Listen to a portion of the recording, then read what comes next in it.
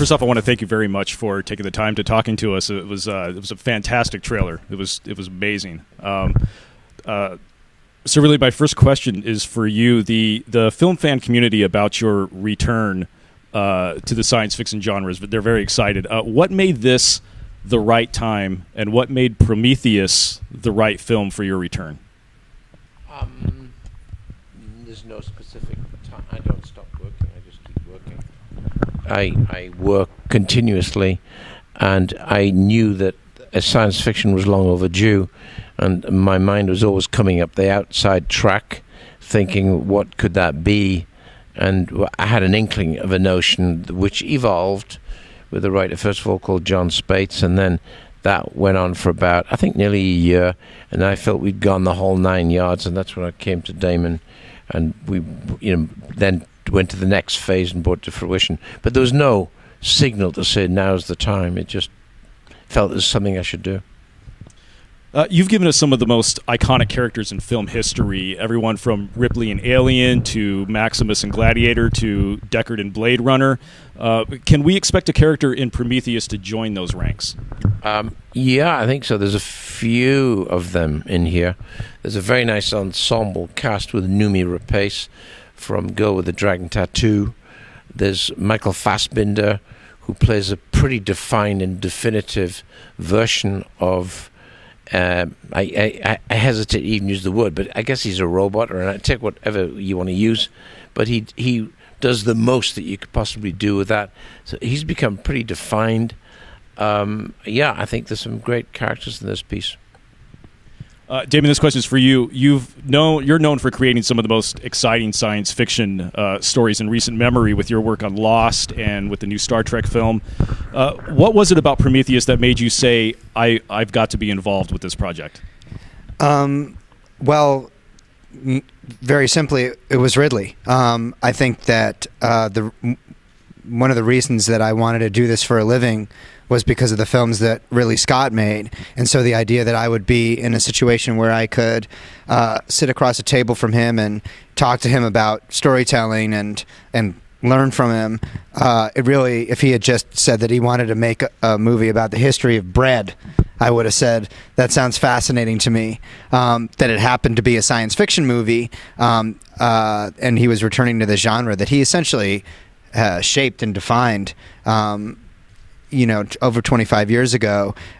How could I possibly pass that up? But I think what sort of separates Prometheus from some of the other stuff that I've done, I love Star Trek, but it's a future that's very sort of fun and adventurous and action packed. It's tonally an entirely different thing than this. And I think Ridley really wanted to tell a story that was about something sort of very, very rich and thematic and deep, and that was scary to me and challenging. And I'm at the point in my life right now where I want to try to do things that are frightening, where I could totally fail. And so it was an offer I couldn't refuse and would happily do again and again and again. Ridley, you've been making films for a long time. How satisfying is it for you as a creative artist to see audiences so excited about your latest work? It always feels good. I mean, it's like where we come close to being, like, I've always figured I'm an athlete in that how high can I bounce the ball, and I've got to keep bouncing the ball, otherwise I'm no longer an athlete. So yeah, it's very important that the audience respond to the fact that I'm going to do a new science fiction. I'll probably do another one as well. Can you talk to us a little bit about working with Damon on the project? Yeah, well, actually, it's a very good process because Damon's very clear, very concise, very precise, and I like to be as well. But then, that said, you need to have a generator that occurs between the two individuals at a table, because most of his work's done across the table. And and if you fire up, then that's where it really starts to happen. And we fundamentally fired up. I mean, that's a simple way of putting it, but it is that, isn't it? There's definitely fire, and it becomes cause and effect. So you build, and then you're not afraid to say what if, then, or doing it. My favorite phrase is saying, doing it really, really badly. What if blah blah blah? Because that lets me off the hook if he thinks it's just a piece of doo-doo. But yeah, it was a very good relationship.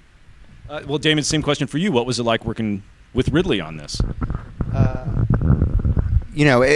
It was incredible to sit across the table from him and listen to him talk about the movie that he wanted to make. And I always knew that Ridley was a brilliant filmmaker, but he's actually also an incredible storyteller and an incredible artist. So sometimes we'd be talking about a set piece in the movie, and he would just say, "Hold on a second," and he'd grab a pencil and just start drawing, and then shove something across the table at me and go, "That's what I'm talking about." And just the how visual he is. And it would be, I have all these little drawings that Ridley did that I'm going to sell one day, or bequeath to my child so he can go to college.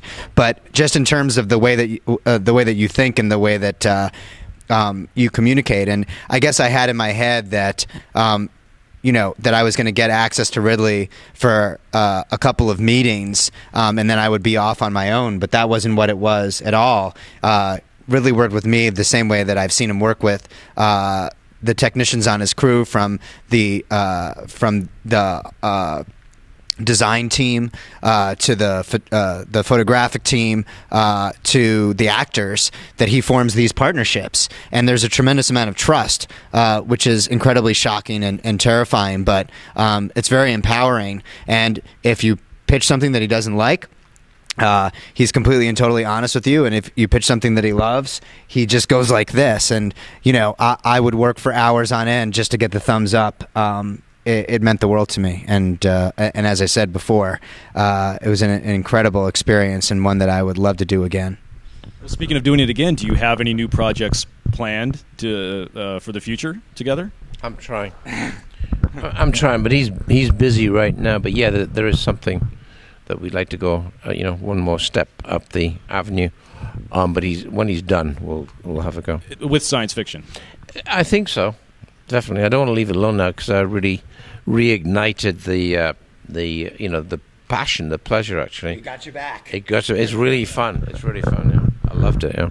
Well, my last question is, what kind of experience can AMC film fans expect to have when they go see Prometheus on opening night, June 8th? I think the movie is mysterious. It's interesting. It doesn't. There's a tremendous amount of suspense. It's sort of like watching the fuse on a piece of dynamite go down, which is very exciting. And then once that dynamite explodes, it's sort of a nonstop action thrill ride all the way until the end. It's hard to describe this movie, I think, which is at times frustrating, but also sort of exciting, because hopefully it means that we've ventured into some new territory, that it's not just your typical summer movie where there's a huge explosion, easy for me to say after a dynamite metaphor, but where there's a huge explosion every 10 minutes and people are just yelling at each other. I think that the thing about Ridley's filmmaking is it's very patient. It trusts its audience, and so the idea of taking its time, like the original Alien did, in terms of setting up its characters and its situation before the proverbial crap hits the fan, is amazing. So hopefully it'll be one of those rare summer movies where you buy your ticket and you're not exactly sure what you're going to get, but when you walk out, your heart is racing, and you're sweating through your clothes, not just because the air conditioning has gone out.